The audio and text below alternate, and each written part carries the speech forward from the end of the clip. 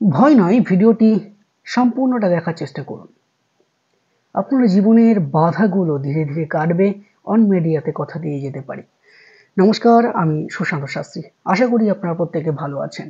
কর্কট রাশি জাতক বা জাতিকাদের নতুন বছরের সাথে সাথেই একটা সমস্যার সমাধান আপনাদের সামনে তুলে ধরার চেষ্টা করব।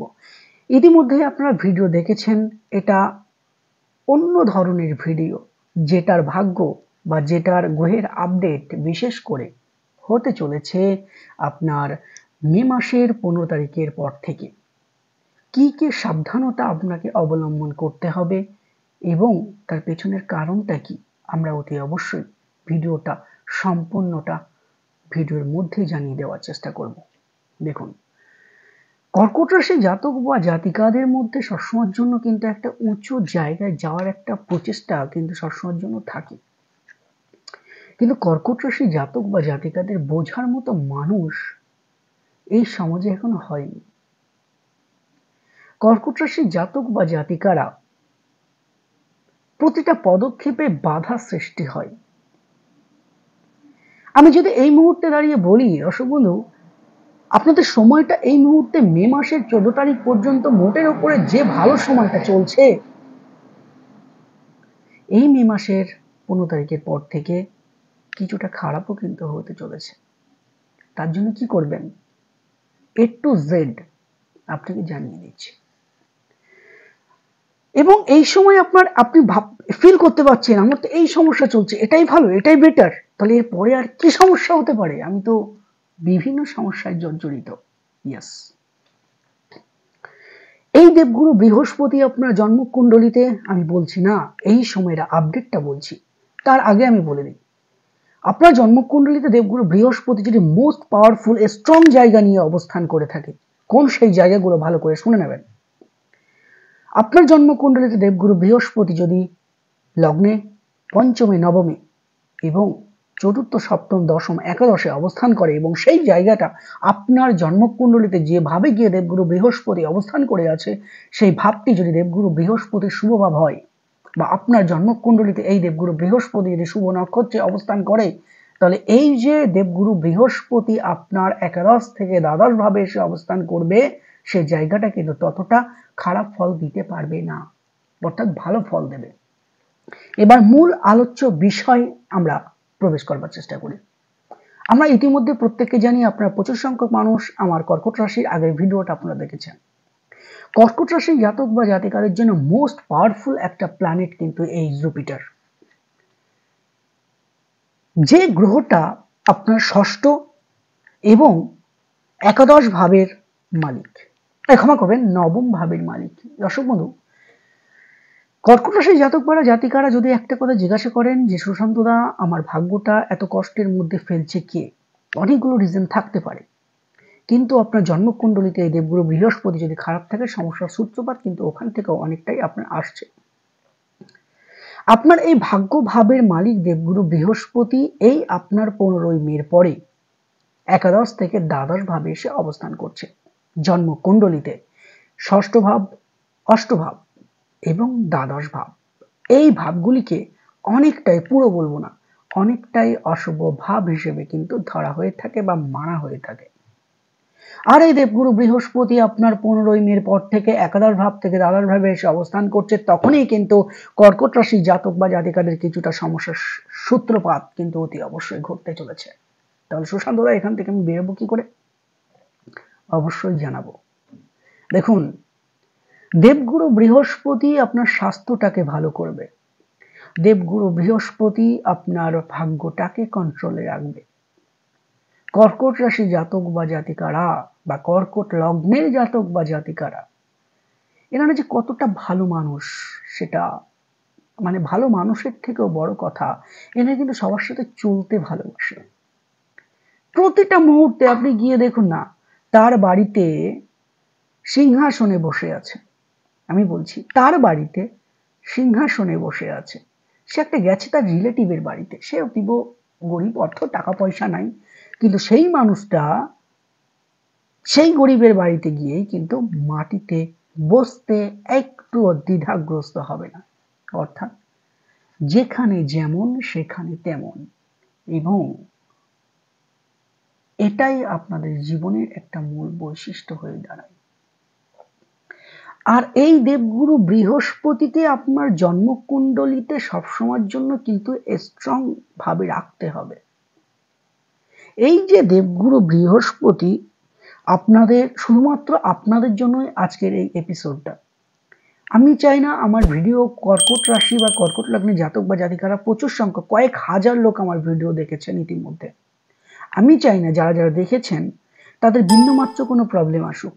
আমি প্রতি মাসে গ্রহের আপডেট আপনাদের জানিয়ে দেওয়ার চেষ্টা করব। তাহলে এই দেবগুরু বৃহস্পতি আপনার দ্বাদশ ভাবে আসবে। দেখুন, যেখানে যেখানে দৃষ্টি দেবে খুব ভালো জিনিস, সন্তানের দিকে ভালো জিনিস, কর্মের দিকে ভালো, ঠিক তার পাশাপাশি সাফল্যের দিকও দেবে। কিন্তু যেহেতু গ্রহটা দ্বাদশ ভাবে যাবে, অর্থনৈতিক দিক থেকে কিছুটা প্রবলেম দেবে। দর্শক বন্ধু, যাদের হাতে বৃহস্পতির প্রতিকার করা আছে তারা কিছুটা নিশ্চিন্তে থাকতে পারেন যদি আপনার জন্মকুণ্ডলিতে অশুভ গ্রহের দশা, অন্তর্দশা, প্রত্যন্তর দশা না চলে। কারণ একটা গ্রহকে দেখে একমাত্র বলা যাবে না যে সমস্ত কিছু খারাপ, ঠিক একই রকম ভাবে একটা জিনিস দেখে বলা যাবে না যে সমস্ত কিছু ভালো। বিচার বিশ্লেষণ অতি অবশ্যই জ্যোতিষশাস্ত্রের প্রধান একটা বিষয়। তা আপনার যদি দেখেন কর্কট লগ্ন বা কর্কট রাশির জাতক বা জাতিকাদের বৃহস্পতি খারাপ, অতি অবশ্যই কোনো জ্যোতিষ বা তান্ত্রিকের কাছে যান, জ্যোতিষের কাছে জ্যোতিষ পরামর্শ নিয়ে দেবগুরু বৃহস্পতির প্রতিকার করবার চেষ্টা করুন। কেন আমি জ্যোতিষের কাছে যেতে বলছি সেটাও বিচার্য বিষয়। আপনি আপাত দৃষ্টিতে আপনার জন্মকুণ্ডলিতে দেখলেন দেবগুরু বৃহস্পতি অষ্টমস্ত বা অশুভভাবে অবস্থান করে আছে। আপনি ভাবছেন অশুভ আছে, গেছেন প্রতিকার করতে, প্রতিকার আপনি করলেন। কিন্তু আপাত দৃষ্টিতে বিচার বিশ্লেষণ আরো ভালোভাবে করলে দেখা যাবে যে না, ভাবগত দিক থেকে এবং নবাংশ চাটে এই দেবগুরু বৃহস্পতি যথেষ্ট ভালো আছে। সমস্যা করছে শনি মহারাজ। সেটা কিন্তু একমাত্র জ্যোতিষ ক্যালকুলেশন ছাড়া কিন্তু বের করা সম্ভব নয়। ওই জন্যই বলছি, জ্যোতিষের কাছে কোনো জ্যোতিষের কাছে যান, সঠিকভাবে বিচার বিশ্লেষণ করে কোন প্রতিকারটা আপনার প্রয়োজন, এবং যদি দেখেন যে সত্যিই দেবগুরু বৃহস্পতি আপনার জন্মকুণ্ডলিতে অশুভ আছে, অতি অবিলম্বে এই দেবগুরু বৃহস্পতির প্রতিকার করুন। দেখুন, দেবগুরু বৃহস্পতির প্রতিকার যে আপনার এই সময়ে প্রয়োজন ওটা কিন্তু নয়। দর্শক বন্ধু, আমি চাই আপনারা প্রত্যেককে ভালো থাকুন, সুখে থাকুন এবং শান্তিতে থাকুন। কর্কট রাশির জাতক বা জাতিকাদের মোস্ট পাওয়ারফুল একটা প্ল্যানেট এই জুপিটার। দেখুন, যে কোনো কিছুর সাথে আমরা কিন্তু ভাগ্যটাকে জড়িয়ে রাখি। যে কোনো কিছু ভালো করলে ভাগ্য ভালো, বাড়ি পেয়েছে। দেখুন, ভাগ্য আছে কি না আছে আমাদের দরকার নেই জানার। বা দেখুন, যে ভাগ্যটাকে বিশ্বাস করে না সেও বলবে যে আমার ভাগ্য ভালো, আমি লটারিতে পেয়ে গেছি, বা আমার নাই, ওর ভাগ্য ভালো, গাড়িটা পেয়ে গেছে, কিন্তু নিজে ভাগ্য মানে না। দেখুন, আমি ভাগ্য মানুন বা না মানুন সেটা আমার বোঝানোর দায়িত্ব নয়, কিন্তু ভাগ্যটা যে জিনিসটা আছে সেটা কিন্তু কম বেশি আমরা প্রত্যেকে বিশ্বাস করি। সে মেনেই বিশ্বাস করি আর না মেনেই বিশ্বাস করি। ওই জন্য আপনার লাইফের সমস্ত কিছুর পেছনে এই দেবগুরু বৃহস্পতির ভূমিকা কিন্তু মারাত্মক আছে। এখন দেবগুরু বৃহস্পতির একটু উইক পয়েন্ট দেখা যাচ্ছে, কিন্তু ওই বৃহস্পতি দৃষ্টি দেবে সবার জন্য কিন্তু খারাপ নয়। এই দেবগুরু বৃহস্পতি আপনার বৃহস্পতির দৃষ্টি কোথায় কোথায় পড়ে? পঞ্চম ভাবে পড়বে, নবম ভাবে পড়বে, সপ্তম ভাবে পড়বে। তো এটা কিন্তু আপনাদের জন্য অত্যন্ত শুভ। তাহলে দেবগুরু বৃহস্পতির আমি লাস্টে গিয়ে একটাই কথা বলবো, জন্মকুণ্ডলিতে যদি দেখেন যে আপনার জন্মকুণ্ডলিতে দেবগুরু বৃহস্পতির অবস্থান খুবই খারাপ, তাহলে দেখুন আপনি নীলা পড়েও কিছু করতে পারবেন না, পলা পড়েও কিছু করতে পারবেন না, অর্থাৎ মঙ্গলের প্রতিকার করেও কিছু করতে পারবেন না, শনি মহারাজের প্রতিকার করেও কিছু করতে পারবেন না, বুধের প্রতিকার করেও কিছু করতে পারবেন না, চন্দ্রের প্রতিকার করেও কিছু করতে পারবেন না। বৃহস্পতিকে ফলো করুন, প্রতি বৃহস্পতিবার করে নিরামিষ খান। হাতে একটা হলুদ সুতো পরে রাখুন এবং বৃহস্পতির বীজ মন্ত্র জপ করুন। গরিব মানুষকে খেতে দিন। গরিব মানুষকে 1 টাকা 2 টাকা যা সামর্থ্য দান করুন। শীতের সময়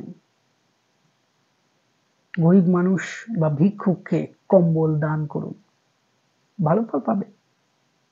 কারণ দানে কিন্তু পার হওয়া যায়, একমাত্র দানই পারে সমস্ত কিছুর অশুভত্বকে কাটাতে। তো প্রত্যেককে ভালো থাকুন। কর্কট রাশির জাতক বা জাতিকাদের দেবগুরু বৃহস্পতি, আবারও বলি, মোস্ট পাওয়ারফুল একটা প্ল্যানেট। সেই দেবগুরু বৃহস্পতি দ্বাদশে গিয়ে কিছুটা সমস্যার সৃষ্টি কিন্তু করবে, আমি আগে থেকে আপনাদের জানিয়ে দিয়ে গেলাম। যে টোটকাগুলো বললাম সেগুলো করুন, অতি অবশ্যই দেখবেন ভালো থাকবেন। প্রতি মাসের গ্রহের আপডেট পেতে চ্যানেলটি অতি অবশ্যই সাবস্ক্রাইব করবেন এবং ভিডিওটি লাইক করতে ভুলবেন না। আপনি যদি ভেবে থাকেন চেম্বারে আসবেন, অন্তত বিচার বিশ্লেষণটা করাবেন, অতি অবশ্যই 2 থেকে 3 দিন আগে বুকিং করিয়ে আপনি কিন্তু চেম্বারে আসতে পারেন। যারা ভাবছেন প্রতিকার করব কিভাবে, আপনারা অনলাইনের মাধ্যমে বাড়িতে বসেই প্রতিকার পেয়ে যাবেন। ইতিমধ্যে আমরা অনলাইনের মাধ্যম কিন্তু শুরু করেছি। বাড়িতে বসেই ইতিমধ্যেই আমরা কিন্তু প্রতিকার পৌঁছে দিচ্ছি। তো কোনো চিন্তার প্রয়োজন নেই। প্রত্যেকে ভালো থাকুন, সুখে থাকুন এবং শান্তিতে থাকুন। আপনারা জানবেন সমস্যা থাকলে সমাধান অতি অবশ্যই আছে। আর জ্যোতিষশাস্ত্র, বিচার এবং বিশ্লেষণ, এটাই হচ্ছে একমাত্র সমাধান। নমস্কার।